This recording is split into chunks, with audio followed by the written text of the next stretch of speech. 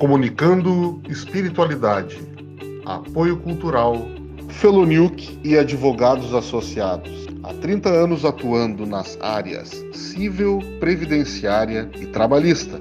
Estamos em Porto Alegre, Camaquã, Cristal, São Lourenço do Sul e São Pedro do Sul. Atendemos pelos telefones 982 70 7325 e 981 93 0566. Residencial Geriátrico Nosso Divino Lar. Oferecemos aos residentes uma extensão dos seus lares, assegurando conforto, segurança, apoio e assistência especializada 24 horas. Telefone 3365-1182, em Porto Alegre. Comunicando espiritualidade. Programa que traz o estudo e o ensino da espiritualidade. Nós saudamos a todos os amados irmãos e queridas irmãs, desejando encontrá-los em paz e harmonia. Eu deixo para nossa reflexão a seguinte frase: aquilo que te traz paz interior é o que move a tua espiritualidade. Professor Limar, para as suas saudações iniciais de hoje. Bom dia, amigos. Bom dia, irmãos e irmãs. É um prazer imenso nós retomarmos essa atividade, trazendo ou tentando trazer a mensagem espiritual para a humanidade, procurando sermos um canal de comunicação e não a origem, efetivamente. Nós somos médiums, somos meios de comunicação, mas a responsabilidade daquilo que é dito é nossa, efetivamente é nossa responsabilidade. É nossa responsabilidade daquilo que veiculamos. Eu gostaria, na realidade, de deixar aqui uma reflexão, dizendo o seguinte: quando eu digo o que é alguma coisa, isso é o mesmo que conceituar alguma coisa. Isso é um conceito. Agora, quando eu digo aquilo de forma a não permitir nenhum tipo de confusão com outros termos, aí eu já não estou mais conceituando, e sim definindo. Essa é a ideia de hoje. Definindo as coisas. Bom dia. Em tempos de preguiça mental, de carência de estudo e leitura, de interpretações particulares de perseguições das trevas, interessadas em atrapalhar a trajetória da doutrina espírita, de fake news e de dificuldades de comunicação e expressão, preocupa-nos, de sobremaneira as confusões que são feitas com o ensino dos espíritos. Allan Kardec, na introdução do Livro dos Espíritos, comenta sobre a acepção do vocábulo espiritualismo e diz que, para evitar confusão, criou o vocábulo espiritismo, e que também define a palavra alma com o mesmo propósito. Outro aspecto desta problemática é o sincretismo religioso que se apropria de vocábulos consagrados, atribuindo-lhes outro significado e gerando confusão. Ainda temos trabalhos mediúnicos que indevidamente são classificados como espíritas. Tal é o caso das atividades da apometria. Professor, vamos começar então definindo espiritualismo e diferenciando de espiritismo. Por favor, tenha a bondade de nos trazer a sua opinião. Allan Kardec cria, a partir da palavra espiritualismo, que é o oposto do materialismo, usando a raiz da palavra espiritualismo, os vocábulos espírita e espiritismo. Então ele cria estas palavras que não existiam a partir do espiritualismo. Assim, todo aquele que crê que no homem exista alguma outra coisa a mais, além da matéria, é espiritualista. Aquele que crê que tudo que existe no homem é matéria e exclusivamente matéria, é materialista. Se acredita que existe alguma coisa a mais, é espiritualista. Então, vejam bem, este é o grande quadro em que nós estamos situados. De um lado, o materialismo e, do lado oposto, o espiritualismo. No materialismo, nós temos, por exemplo, a doutrina do niilismo, ou do nada. Ou seja, aqueles indivíduos que dizem assim, após a morte não existe nada. Nada existe. Muito bem, é um direito deles. No outro lado, nós temos o espiritualismo, que diz, olha, no homem existe alguma coisa a mais além da matéria. E ali nós encontramos todas as religiões. Todas. Nós encontramos doutrinas. Muito bem. A doutrina espírita, ou espiritismo, está atrelada ao espiritualismo.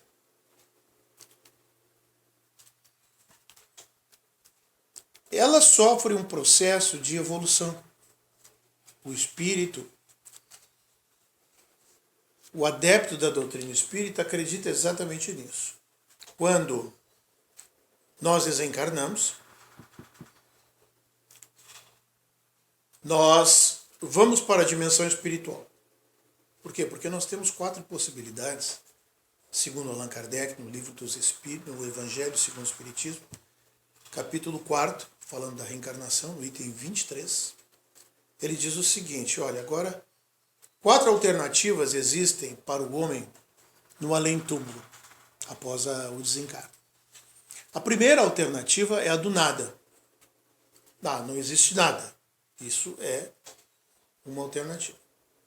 Na segunda, nós temos a absorção do homem no todo universal. Essa é a doutrina panteísta, que diz o seguinte, quando nós morremos, como gotas de água que rumam para o oceano, nós vamos voltar e nos reintegrar a Deus. E aí ela, naturalmente, está aceitando a existência de um Deus formado por partes imperfeitas, que somos nós. Portanto, Deus seria também imperfeito. Mas existe essa possibilidade.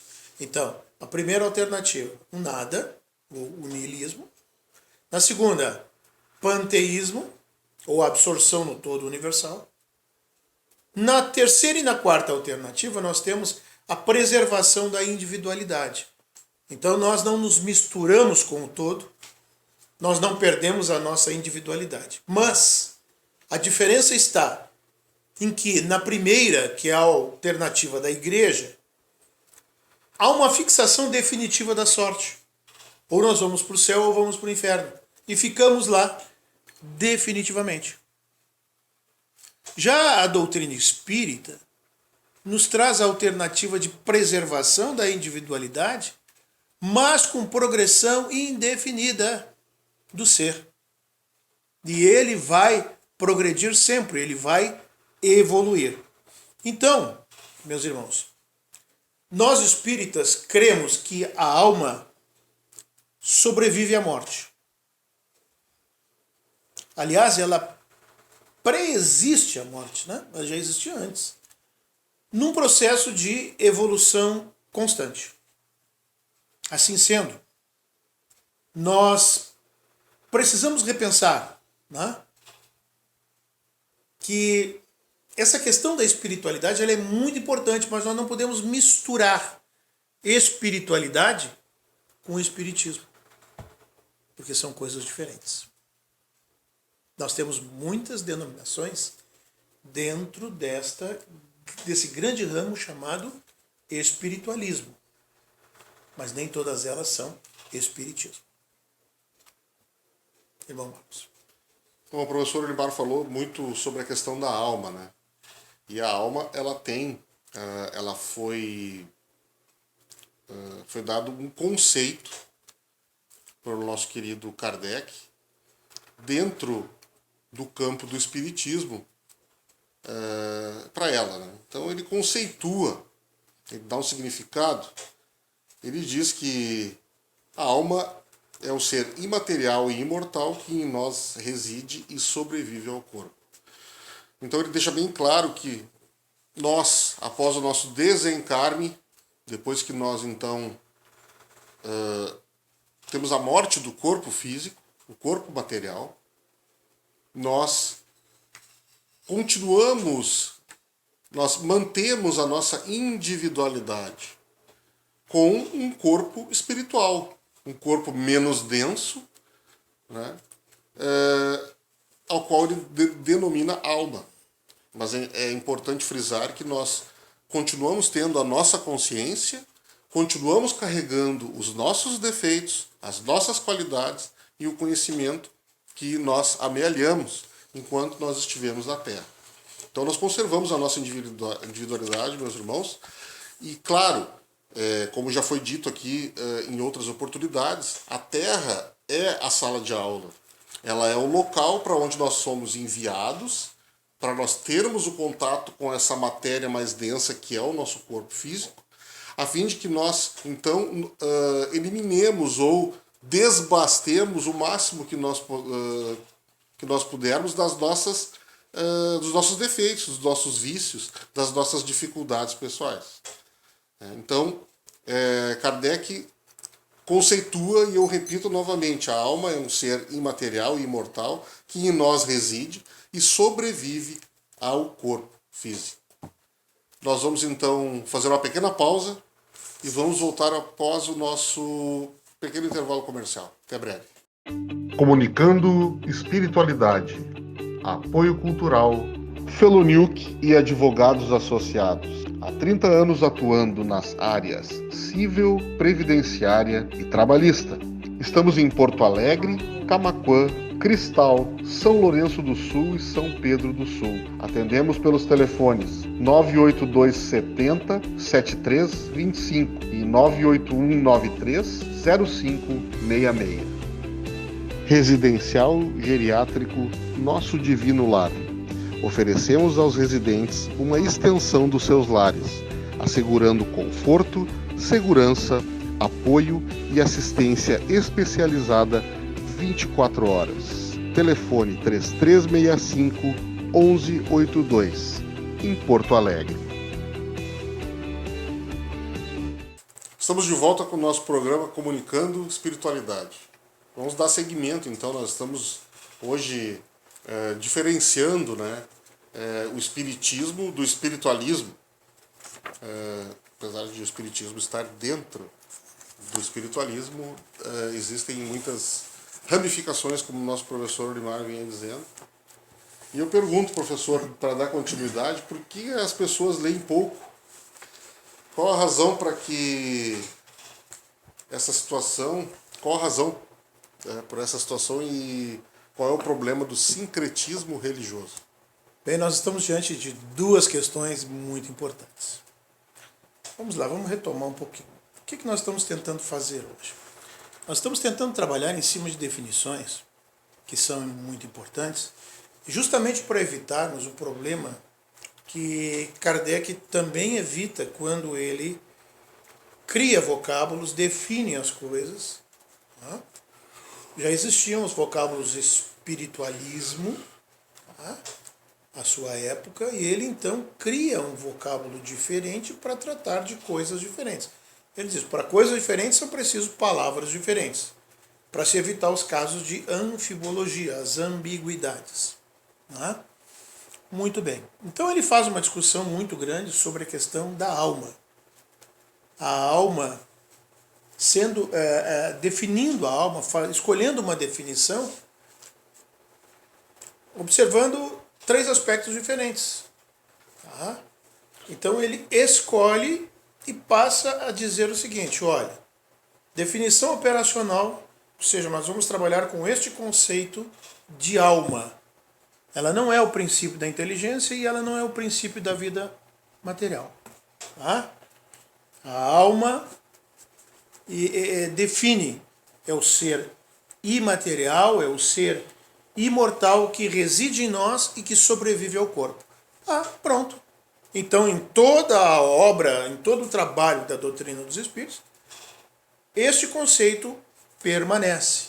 O ser imaterial, o ser imortal, que em nós reside, que sobrevive ao corpo. Quer dizer, o corpo morre e a alma permanece.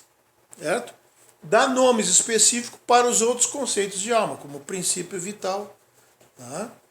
Como fluido vital também. E com isso evita essas confusões. Depois, nós estamos agora diante de um problema, e essa é a pergunta do irmão Marcos, né? Por que as pessoas leem pouco? É uma questão bastante complexa, né? Nós estamos num período de fast food intelectual. Tá? Vivemos apressadamente, consumimos apressadamente, e essa pressa não nos permite uma boa digestão intelectual. Veja que nós estamos vivendo assim, apressadamente, desesperadamente, como se a vida fosse terminar um sopro, ontem, para já, para agora. O homem corre muito, mas o fato é de que ele está correndo sem saber para onde é que ele vai. Antes a gente lia jornais, nós líamos livros, nos expressávamos consequentemente com mais qualidade, né? Com mais cuidado, tínhamos uma riqueza de vocabulário muito maior, uma facilidade maior de organização do pensamento, de elaboração das ideias. Por quê? Porque líamos. Hoje nós temos um pouco mais de dificuldades. Vocabulário muito pobre, pressa para fazermos as coisas e alegamos não ter tempo para ler. Então perdemos esse contato com este amigo que pode nos trazer reflexões de extrema importância. Conhecimentos muito importantes que nós podemos adquirir nos livros, lendo-os. Mas as pessoas dizem, eu não tenho tempo, eu não gosto, arrumam uma série de desculpas. Tá? Então a gente vê que assim, essa linguagem coloquial, né, meio que inibiu a linguagem mais formal, a linguagem oficial, e aí aparecem modismos, como agora, por exemplo, né? As pessoas deixam de usar, em alguns aspectos, as vogais, colocam só consoantes. E aí você tem que adivinhar qual é a palavra que ela está querendo pronunciar. Então a gente vê que os problemas de comunicação acabam se tornando maiores. Modismos. E o empobrecimento de conhecimentos também é muito grande. Tá? Talvez isto seja até intencional. Olhem só, hein? Estou colocando aqui uma areia nesse caminhão. Talvez seja intencional, um processo de alienação. Justamente manter as pessoas alienadas. Por quê? Porque elas são mais facilmente domináveis quando são mantidas na ignorância. Ficamos mais vulneráveis a mentes, digamos assim, dominadoras, a ideias, a determinadas estratégias intelectuais que usam. Nós não podemos negar isso. Agora, sincretismo religioso é uma questão que está muito dentro da antropologia, mas também está dentro do estudo das religiões. Né? A gente observa assim, que determinado culto faz uma fusão com o outro. Uma doutrina com outra doutrina, uma religião com outra religião, enfim. Né? E fazem uma reinterpretação dos elementos. Isso a gente dá o nome de sincretismo religioso. É uma apropriação indevida de determinadas palavras, de ideias. Né? E aí, quando mistura com a sua, gera confusão. Então, por exemplo, Centro Espírita de Umbanda. É um exemplo bem característico. O correto é dizer Centro de Umbanda. Porque o vocábulo espírita é um vocábulo criado por Allan Kardec e utilizado para designar o adepto da doutrina espírita. O espiritismo é a doutrina e o adepto é o espírita. Ou o espiritista, que não vingou. Esse vocábulo não é utilizado. Mas espírita, sim. E aí, se outras denominações religiosas se apropriam desses vocábulos, geram a confusão. O correto, então, é centro de Umbanda. Nada contra, muito antes pelo contrário, nosso respeito, nosso carinho, nossa admiração, mas cada coisa no seu devido lugar. Guarde-se a doutrina espírita dessas confusões que não são necessárias. Não são necessárias. E é disso que a gente está hoje falando durante todo este programa. Olha, vamos definir as coisas para evitar essas confusões. Vejam, por exemplo, Kardec vai falar nos casos de anfibologia, que é a questão da ambiguidade, quer dizer, sentenças, expressões com duplo sentido, que vão gerar dúvidas, que vão gerar inúmeras confusões. Por exemplo, vamos lá, vamos pegar uma frase que eu selecionei para a gente tentar, de certa forma, entender. Andréia pediu a Fabiano que pegasse a sua mochila na sala. Isso é uma ambiguidade. Pegasse a mochila de quem? Andréia pediu a Fabiano que pegasse a sua mochila na sala. A mochila de Andréia ou a mochila de Fabiano? E isto é uma confusão. É uma confusão no processo de comunicação. E é disso que nós estamos falando. Da anfibologia, da ambiguidade, da confusão desnecessária por apropriações indevidas. E é o tal do sincretismo religioso. Então, não raro a gente vê adeptos da doutrina espírita recorrendo a determinados expedientes para tentar explicar qual é a tua religião. Olha, eu não tenho religião. O espiritismo não é religião. O espiritismo é uma filosofia, uma doutrina, que é a opinião de autores, não é religião. Tu é espírita, mas tu é espírita de mesa branca? Ai, meu Deus do céu. Kardecista. Tu é espírita kardecista, mas Kardec não criou doutrina. Como é que eu vou ser kardecista? Não existe o tal do kardecismo.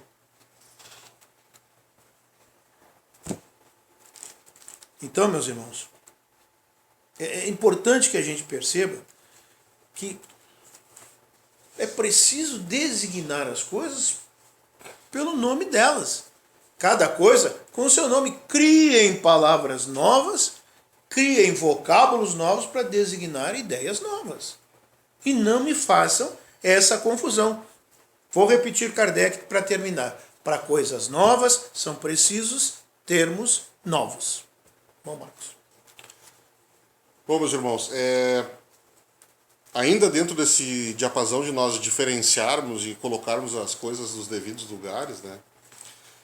Eu acho que a palavra-chave é o intercâmbio mediúnico. A palavra-chave é a comunicação com o plano espiritual. E popularmente as pessoas, quando se fala médium, quando se fala intercâmbio mediúnico e comunicação com o plano espiritual, as pessoas elas dizem é espírita. É médium? É espírita. Meus irmãos, se algum indivíduo estiver aplicando a apometria, como o nosso professor Animar falou aqui, dentro de uma sessão de Umbanda, dentro de um templo evangélico, dentro da Igreja Católica, de uma missa da Igreja Católica, as tribos indígenas que se comunicam com os espíritos da floresta, o povo cigano, e por aí vai. Eles fazem uso da mediunidade, porque dentro dos povos, dentro das organizações, existem pessoas que captam os pensamentos dos espíritos. Porque até mesmo o pastor evangélico lá, quando está dando um sermão, o padre dentro da Igreja Católica, numa missa, em determinados momentos, ele capta os pensamentos que os que algum espírito que esteja por ali dita, e ele fala. Se ele estiver em comunhão com Jesus, da seriedade que o intercâmbio com o plano espiritual exige. Então não existe, quando a gente fala médium está dentro de inúmeros campos. Inúmeras outras doutrinas e religiões têm intercâmbio com o plano espiritual. Né? E as doutrinas principalmente que envolvem a apometria, que se utilizam da cromoterapia, esses são centros espiritualistas, e trabalham sim, porque enquanto um cidadão está aplicando a apometria no outro, existe uma equipe espiritual ali por trás amparando ele. Porque ele é um médium que está seguindo ali as orientações do plano espiritual para fazer aquele determinado procedimento na pessoa necessitada. Então, por isso que é necessário que nós colocamos as coisas nos devidos lugares, e sempre lembrando, que nem o professor Mar disse, com todo o devido respeito, porque todo e qualquer cidadão, toda e qualquer pessoa que for médium e que tiver o contato com o plano espiritual de forma séria, de forma a querer seguir os passos de Jesus, levando em primeiro lugar a caridade, não a curiosidade, de perguntar para os espíritos sobre questões do futuro, enfim, questões financeiras. Não. A mediunidade dentro do espiritismo ela serve exclusivamente para a prática da caridade, o amparo e o auxílio aos necessitados da alma, né, do coração. Aqueles que eu li uma palavra hoje que me achei muito interessante, aqueles irmãozinhos que ainda têm o coração enjaulado, né? Então nós atendemos aqui aqueles irmãozinhos que ainda não conhecem a luz. É muito importante frisar isso. Por último, eu gostaria de destacar o caso do nosso médium, João de Deus. Né? Para que não haja confusão também. Ele era um médium que tinha o devido contato com o plano espiritual. Ele seguia ali, pelo que a gente sabe, mais ou menos, algumas diretrizes da Igreja Católica. Ele se dizia católico, né, se não me engano, mas isso pouco importa, cristão. Acreditava em Jesus. Só que num determinado momento, e isso é muito comum com os médiuns que não estão devidamente preparados, ele se deixou levar pelos bens terrenos, né? Se deixou levar pelo orgulho, pelo egoísmo, enfim, pelos bens terrenos, pela paixão, deixou levar pelo canto da sereia, né, como se diz. E então, meus irmãos, diferenciemos aí que ele também não fazia parte da doutrina espírita. Nós temos até mesmo as lojas maçônicas. Se elas estão reunidas, Rosa Cruz, né, os irmãozinhos da Seixonoye, se eles estão reunidos com um objetivo sério, numa união ali, numa corrente do bem, existirá uma equipe espiritual que estará ali, dentre eles, influenciando eles para o bem e trabalhando pela harmonia daquele grupo. Não é, professor? O que o senhor poderia nos complementar com observações adicionais? Esse é um assunto que é um assunto muito importante, um assunto bastante grave, né? Mas ele, na realidade, nos permite dizer essas coisas. Tá? E nós estamos aqui tentando mostrar o seguinte: são coisas diferentes. Uma coisa é doutrina dos espíritos. Ela é uma filosofia espiritualista. Espiritismo é uma doutrina, uma filosofia espiritualista. Basicamente, ela tem por princípio as relações do mundo material com os espíritos e vice-versa. Esse é o princípio da doutrina. As relações. Tá? Mas observem bem, a mediunidade é uma ferramenta que também a doutrina espírita se utiliza com as suas técnicas específicas. Mas ela não é exclusividade da doutrina espírita. Então nós vamos encontrar a mediunidade até naqueles indivíduos que não têm religião, mas que podem ser meios de comunicação entre esses dois planos. O plano material, onde nós vivemos, e o plano espiritual. Agora, acrescentando, meus irmãos, a evolução da humanidade tem mostrado que o espiritismo cresce como opção religiosa. Mas a gente pode identificar também que essa proximidade dos adeptos do espiritismo com os cultos afros, com o catolicismo, acabam muitas vezes levando alguns adeptos a criarem práticas esdrúxulas e estranhas à doutrina. É outro problema grave, né? Que estão totalmente essas práticas em desacordo com o que ensina Kardec. Eu já vi batismo em centro espírita. Já fiquei sabendo disso. Casamento, isso não existe. Por quê? Porque a doutrina espírita não tem ritos nem sacramentos. Então nós não adoramos imagens, nós não temos altar. É tudo foro íntimo. O espiritismo não tem nenhuma dessas práticas. E as pessoas tentam inventar isso. Então, a gente luta com esses problemas, com problemas também de elitismo, aquela história da elite intelectual, da elite profissional, vem para o centro espírita e acha que vai simplesmente conduzir a doutrina como bem queira, porque lá eu sou o doutor, a doutora fulano de tal, e aqui eu tenho que ser negativo. Aqui nós somos irmãos, não temos profissão. Não nos interessa nem saber o que você faz profissionalmente lá fora. Nós temos que lutar contra esse elitismo, nós temos que lutar contra o afastamento da fé, que as pessoas deixam de lado a fé individual, a fé coletiva, se afastam da prática da caridade, se afastam disso. Falta de estudo das obras básicas, das obras acessórias, não leem Kardec, não leem o Chico, não consultam a revista espírita, não estudam.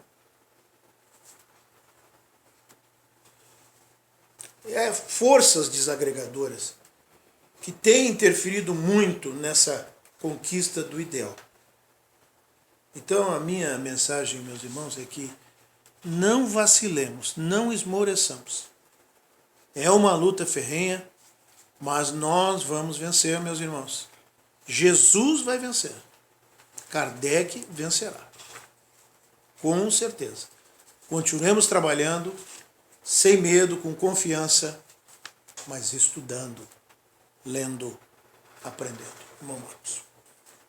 Bom, meus irmãos, nós vamos encerrando aqui mais um programa Comunicando Espiritualidade, esperando que nós possamos ter contribuído para o despertar da humanidade terrena. Para suas despedidas hoje, professor Olimar.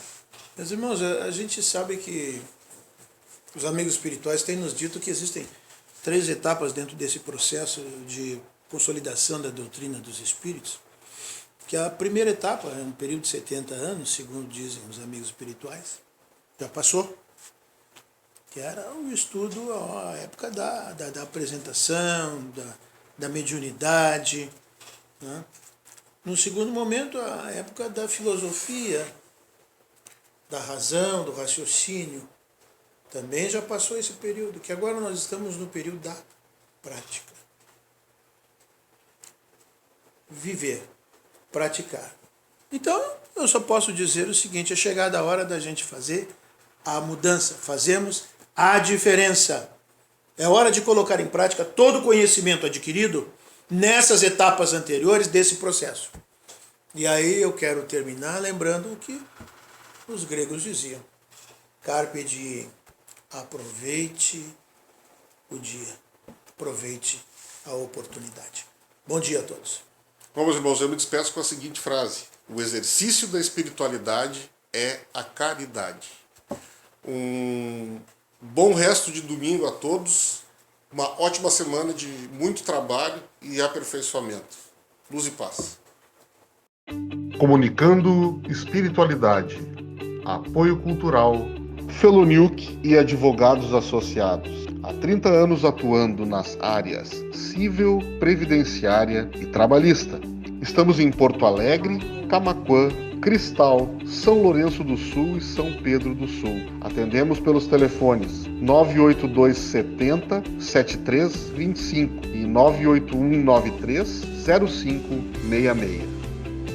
Residencial Geriátrico Nosso Divino Lar.